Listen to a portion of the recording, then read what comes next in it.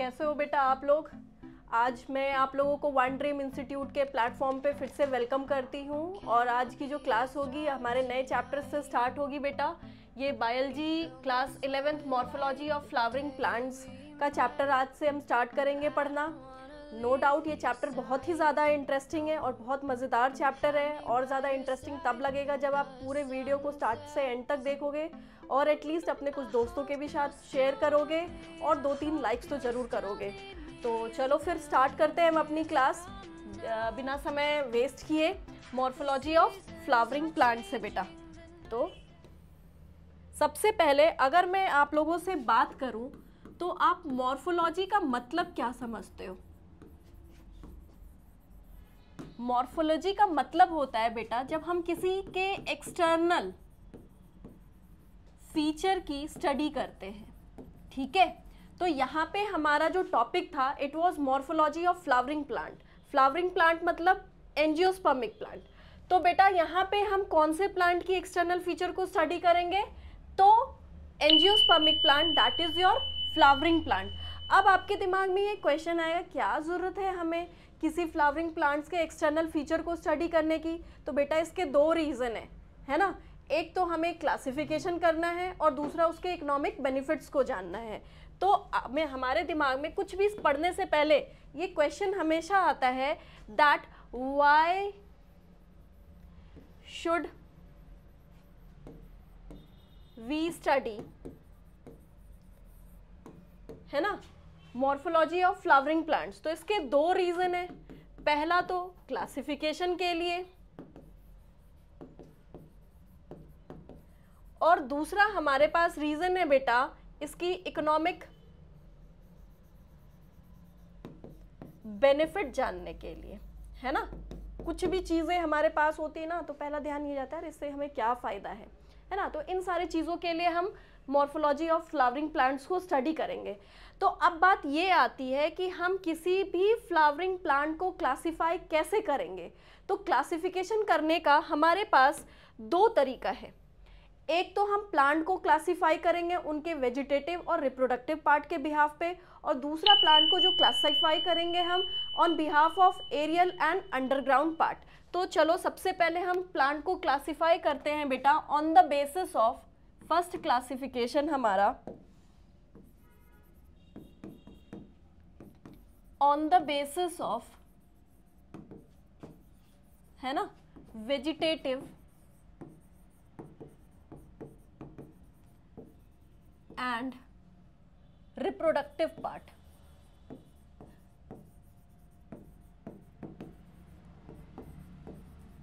तो अगर हम बात करें किसकी, वेजिटेटिव पार्ट की, तो आप सोचो, आप बस इमेजिन करो मेरे साथ साथ कि कौन कौन सा ऐसा प्लांट का पार्ट होगा बेटा जो जिसको हम वेजिटेटिव बोलेंगे और कौन सा ऐसा पार्ट होगा जो प्लांट का क्या होगा, तो रिप्रोडक्टिव पार्ट होगा। तो वेजिटेटिव पार्ट में कौन कौन से पार्ट्स आ गए बेटा, जैसे कि हो गया स्टेम, जैसे कि हो गया आपका रूट्स, जैसे कि हो गया फ्लावर। फ्लावर होगा नहीं, फ्लावर आपका रिप्रोडक्टिव पार्ट है, ठीक है। फिर स्टेम हो गया, रूट हो गया, लीव्स बेटा, है ना, ये सारे क्या हैं, तो इसके वेजिटेटिव पार्ट है। वहीं अगर हम रिप्रोडक्टिव पार्ट की बात करें तो फ्लावर आ गया हमारा, फ्रूट आ गया, है ना, सीड हो गए, ये सारे कौन से पार्ट हो गए बेटा, तो रिप्रोडक्टिव पार्ट। तो फर्स्ट क्लासिफिकेशन क्या है आपका प्लांट का, that to flowering plant on the basis of vegetative and reproductive part, ठीक। अब दूसरा जो क्लासिफिकेशन हमारे पास है बेटा, है ना, on second classification on the basis of aerial and underground part।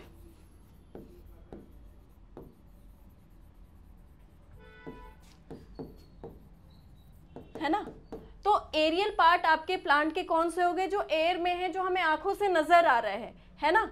जैसे कि आपके जितने भी प्लांट के पार्ट्स हैं बेटा जो आप अपनी आंखों से मिट्टी के ऊपर आप देख रहे हो, वो सारे पार्ट कौन से हो गए, तो एरियल।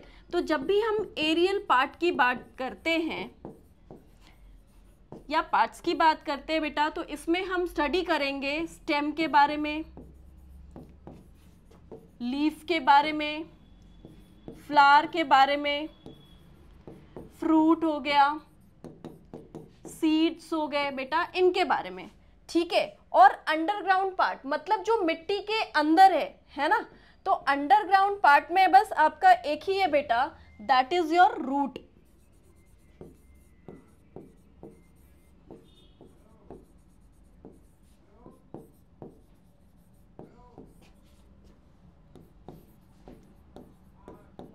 ठीक है, ये तो बात हो गई किसकी, तो क्लासिफिकेशन की बात हो गई।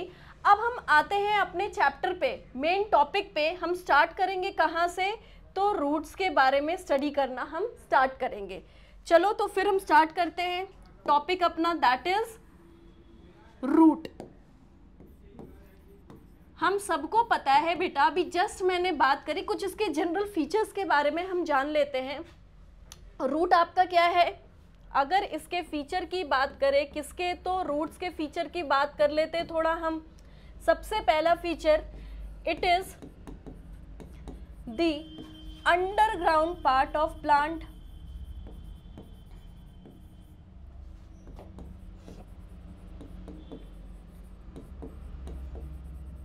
ठीक है, दूसरा फीचर आपका क्या हो जाएगा बेटा रूट्स का, आपने फोटोट्रॉपिक मूवमेंट वगैरह पढ़ा होगा, ट्रॉपिज्म, तो रूट आपका क्या होता है, पॉजिटिव जियोट्रॉपिक होता है बेटा, पॉजिटिव हाइड्रोट्रॉपिक होता है और नेगेटिव फोटोट्रॉपिक होता है। तो ये भी रूट का फीचर हो गया।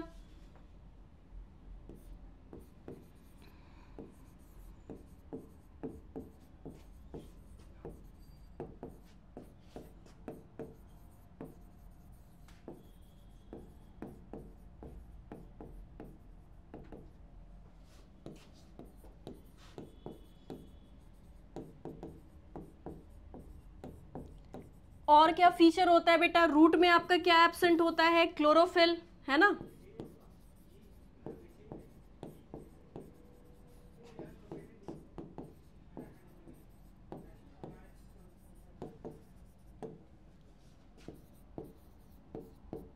देखो बेटा, इतने सारे फीचर्स तो हम बात कर लिए, लेकिन आपको अभी तक मैंने बताया नहीं जो सबसे इंपॉर्टेंट इसका फीचर है बेटा, क्या, तो वो है आपका रूट एक्चुअली ओरिजिनेट कहाँ से कर रहा है, रूट की ओरिजिन क्या है, ये कहाँ से ओरिजिनेट करता है या इसकी ओरिजिन क्या है बेटा, तो रेडिकल। अब आप बोलोगे मैम ये रेडिकल होता क्या है, तो आप इमेजिन करो कि ये क्या है बेटा, आपका एक सीड है। जब सीड आपका जर्मिनेट करना स्टार्ट होता है तो आपने कुछ ऐसे से स्ट्रक्चर्स देखे होंगे जो डेवलप होते हैं आपके सीड में, देखा है आप लोगों ने, देखा होगा बेटा, इसको हम कहते हैं प्लूम्यूल, जिससे कि आपका जो शूट वाला पार्ट है जैसे स्टेम वगैरह है वो ओरिजिनेट होता है, और इसको हम कहते क्या है बेटा, रेडिकल, है ना। यही रेडिकल आपका रूट को ग्रो करता है, ठीक है। और इसके क्या फीचर्स होने चाहिए, है ना। यहाँ पे बेटा आपका फिफ्थ फीचर क्या होगा, रूट्स में आपको नोड एंड इंटरनोड एब्सेंट होते हैं।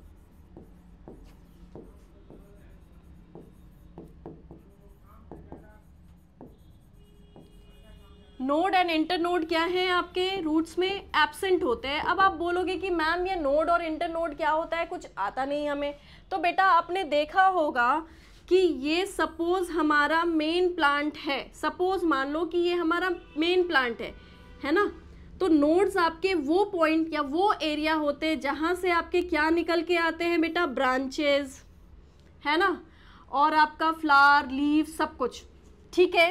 तो ये नोड एंड इंटरनोड आपका क्या है, तो रूट में एब्सेंट है। अब आप बोलोगे मैम रूट्स में भी तो ब्रांचेस निकल के आते हैं, जो इसके लैटरल जो पार्ट्स हो गए, सेकेंडरी रूट्स, टर्शरी रूट्स, तो बेटा मैं आप लोगों को यहाँ पे बता दूँ, जो आपके लैटरल रूट्स हो गए या जो सेकेंडरी या टर्शरी रूट्स हैं यहाँ पे, वो कहाँ से ग्रो होते हैं, तो पेरिसाइकल से, ठीक है। यहाँ नोड एंड इंटरनोड एब्सेंट है, तो बाकी के जो रूट में ब्रांचेस निकल के आ रहे हैं, आपने देखा होगा ना कि ये मेन रूट है, तो कुछ इस तरीके से यहाँ पे आपका ग्रो हो रहा है बेटा। तो चूंकि अब यहाँ पे नोड एंड इंटरनोड एब्सेंट है, तो ये ग्रो कहाँ से होते हैं, है ना, तो ये आपका ग्रो होते हैं किससे, तो पेरिसाइकल से। यहाँ पे रूट में जो सेकेंडरी एंड टर्शियरी रूट्स है,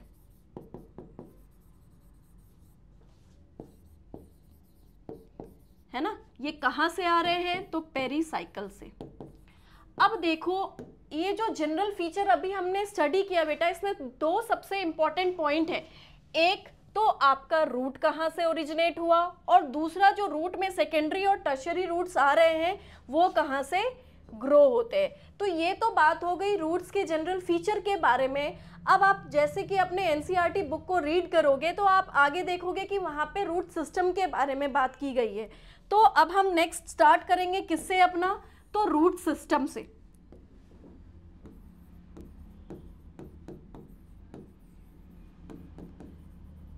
अब देखो ये रूट सिस्टम होता क्या है? मेन रूट है ना, along with its branches,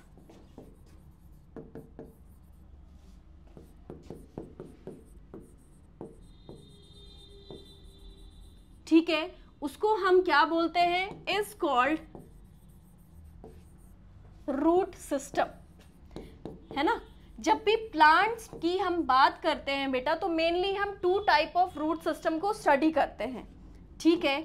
तो दो जो आपके मेन रूट सिस्टम है, इसके जो टाइप हो गए बेटा, इसमें हमें दो स्टडी करना है। एक तो हो गया कौन सा हमारा बेटा?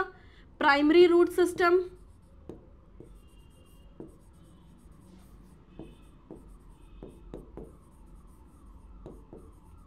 और दूसरा होता है आपका बेटा एडवेंटिशियस रूट सिस्टम।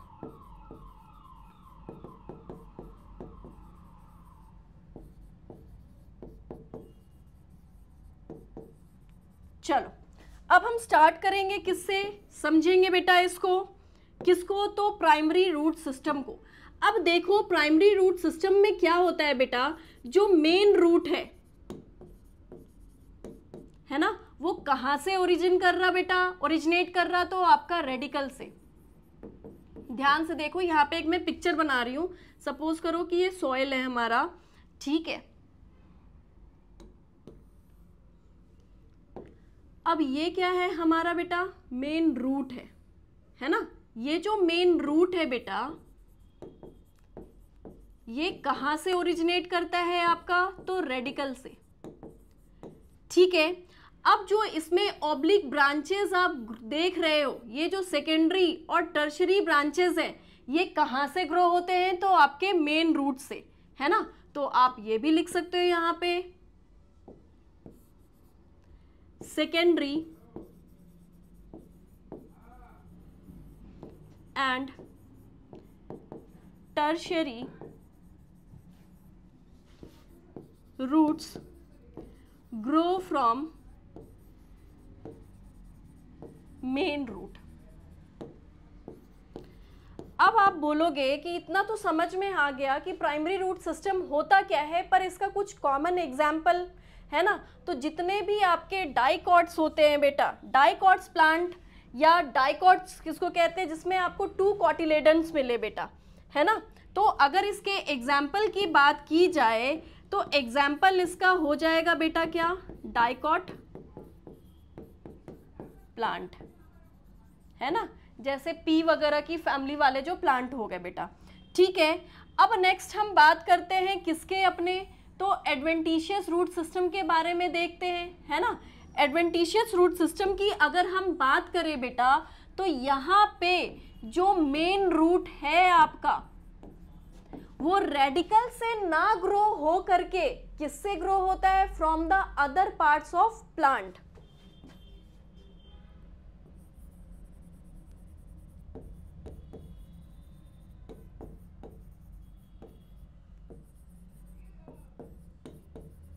ठीक है।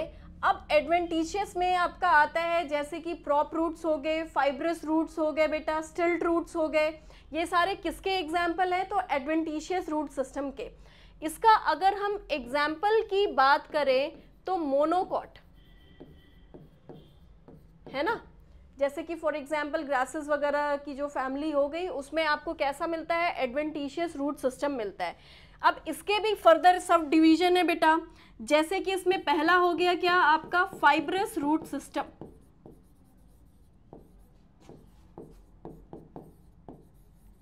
फाइब्रस रूट सिस्टम में क्या है बेटा कि आपका जो रूट ग्रो होता है ना, ये मान लो स्टेम है, तो स्टेम के बेस से ही आपका यहाँ पे क्या है बेटा, रूट्स का ग्रोथ होना स्टार्ट हो जाता है।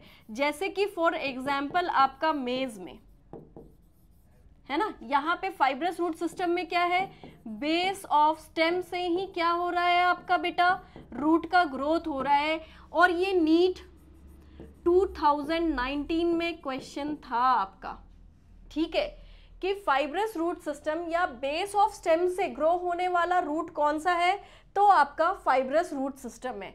और भी एग्जाम्पल हैं आपके एडवेंटिशियस रूट सिस्टम के, जैसे फॉर एग्जाम्पल है ना आपका, जैसे ये ग्रास है बेटा, मान लो कि ये ग्रास है, ये जो यहाँ पे नोड्स देख रहे हो, नोड से ही क्या हो रहे हैं आपके, रूट्स का ग्रोथ हो रहा, ठीक है, ग्रास में हो गया। और एग्जाम्पल इसका क्या हो जाएगा बेटा, जो स्टिल्ट रूट होते हैं है ना, जैसे कि आपका शुगर केन वगैरह में है ना, ये सपोर्टिंग रूट्स होते हैं। इसके अलावा भी और भी कई तरह के रूट्स हैं बेटा, जैसे कि आपका प्रॉप रूट सिस्टम देखने को मिलता है बैनियन ट्री में, वो देखा है बरगद के पेड़ पे जो ऐसे लंबे लंबे से उसके बाल निकल के आते हैं, वो बाल होते क्या है, एक्चुअली वो रूट्स होते हैं। आपका तो मुझे पता नहीं, पर बचपन में हम लोग उसको बहुत पकड़ के झूला करते थे, है ना। तो चलो आ जाओ नेक्स्ट, इसमें जो एग्जाम्पल है बेटा वो है आपका, किसका एग्जाम्पल है, तो प्रॉप रूट सिस्टम।